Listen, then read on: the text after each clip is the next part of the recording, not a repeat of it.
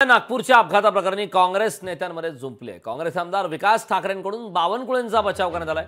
विजय वडेट्टीवारांकडून संकेत बावनकुळेंवर आता कारवाईची मागणी करण्यात आली। राजकीय कुटुंबातील मुलगा असला की राजकारण होते असं विकास ठाकरेंनी म्हटलंय। अपघाताच्या वेळी संकेत बावनकुळे गाडी चालवत नव्हता, तर विकास ठाकरेंच्या वक्तव्यावर विजय वडेट्टीवार यांनी प्रतिक्रिया दिली। बावनकुळेंच्या मुलाने 150च्या स्पीडनं गाडी चालवली। सत्ताधाऱ्यांना पैशाचा माज आलाय। मालकांनी लोकांचा जीव घ्यायचा आणि चालकावर नाव टाकायचं हा नवा पायंडा। नागपूरच्या अपघातावरून विजय वडेट्टीवार यांनी आता पुन्हा निशाणा साधलाय।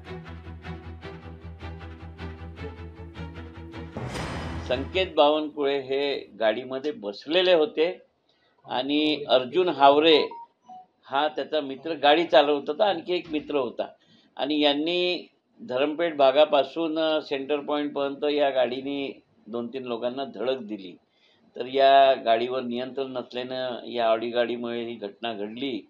ही दुर्दैवी घटना आहे, परंतु याच्यामध्ये कुठलीही जीवहानी झाली नाही आणि असं कोणालाही दुखापत झाली नाही।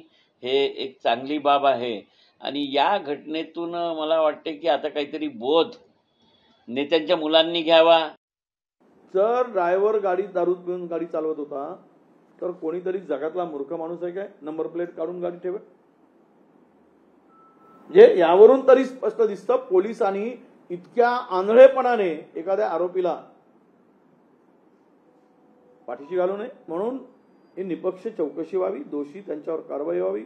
तो कोणाचा मुलगा आहे त्यापेक्षा कोणा हे धंदे करण्याची हिंमत कोणामध्ये येऊ नये, म्हणून मला सरकारला विनंती आहे, तो प्रदेशाध्यक्षांचाही मुलगा का असेल